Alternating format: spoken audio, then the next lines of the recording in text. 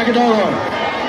Katika siasa ya Kenya, hapa Mwea na Kirinyaga, kisiasa, hii ni bedroom ya nani? Hii ni bedroom ya nani?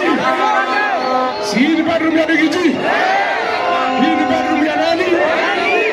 Hii ni bedroom ya nani? Mtu anaweza sema mtu asiende kwa bedroom yake.